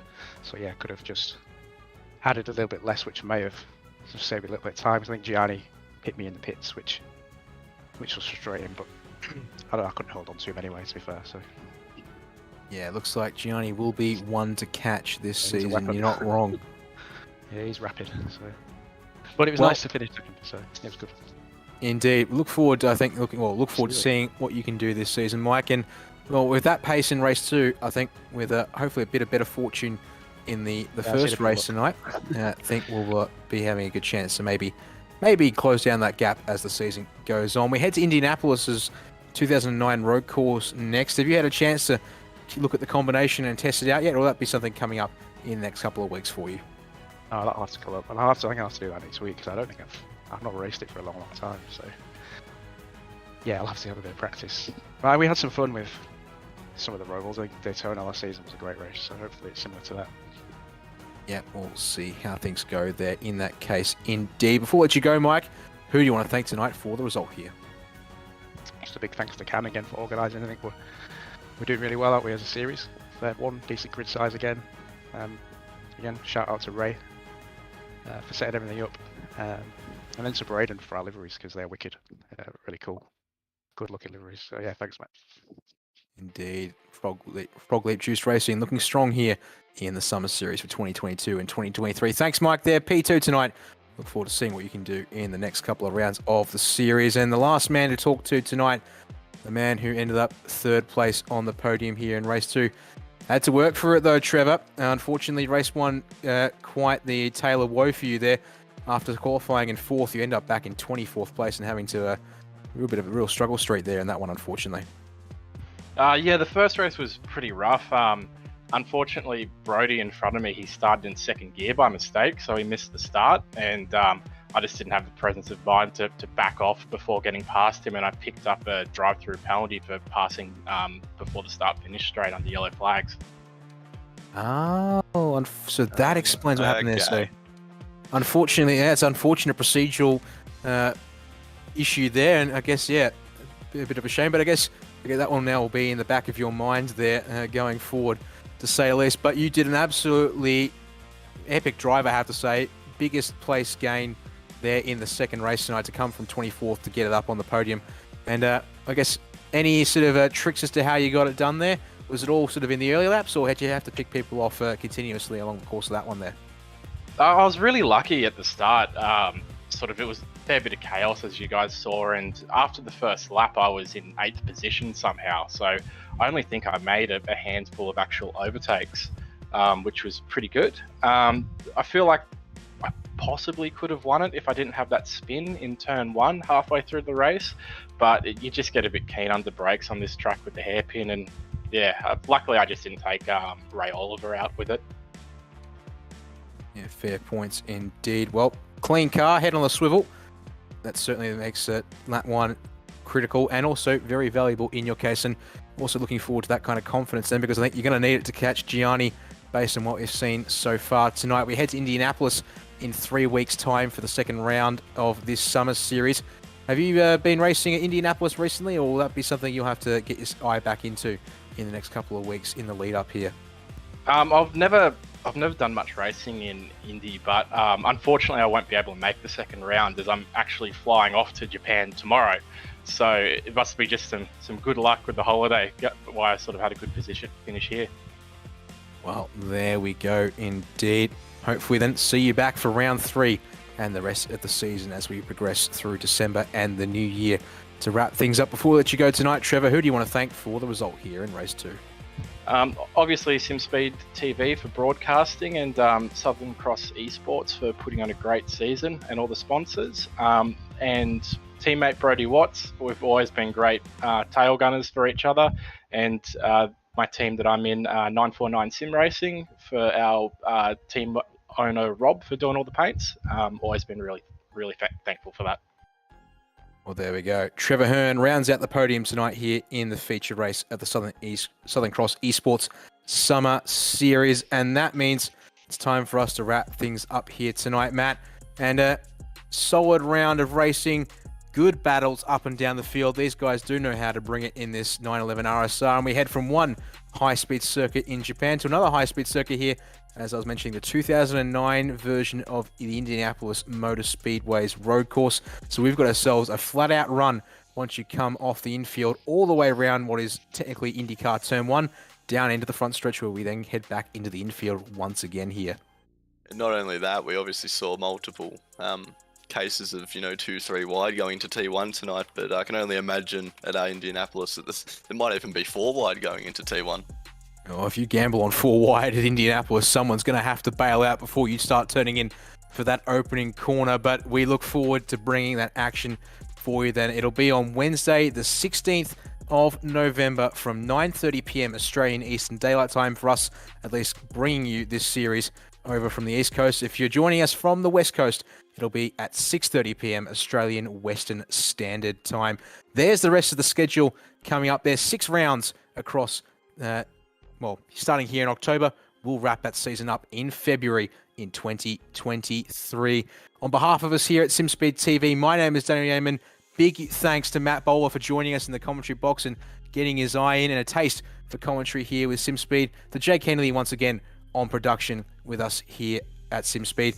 And then a big thanks to everyone once again, real quick, who makes this series possible, supporting Southern Cross Esports. V8 Drive Day Perth, our title partner for the 2022-2023 Summer Series, along with word-of-mouth signs, VRace Experience, Motum Simulation, and 24/7 sim services. That's going to do it from round 1 at Fuji Speedway tonight. Make sure you join us in 3 weeks for that second round at Indianapolis. Goodbye for now, but not forever.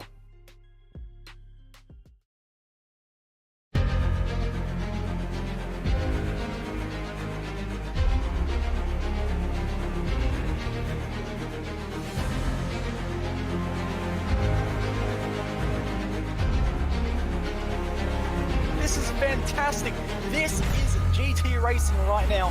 He's got traction. He's going around the outside of both of them. Maloney. Oh, he's taken Anderson. Anderson's up to Oh my God. Big crash. Oh my goodness. Half the field's going to get rolled. Six very close. These guys are want to make their way through the field very quickly. Oh, here we go. Oh no. That's massive. This is it. This is over. I can't believe this. Oh my God. God, what?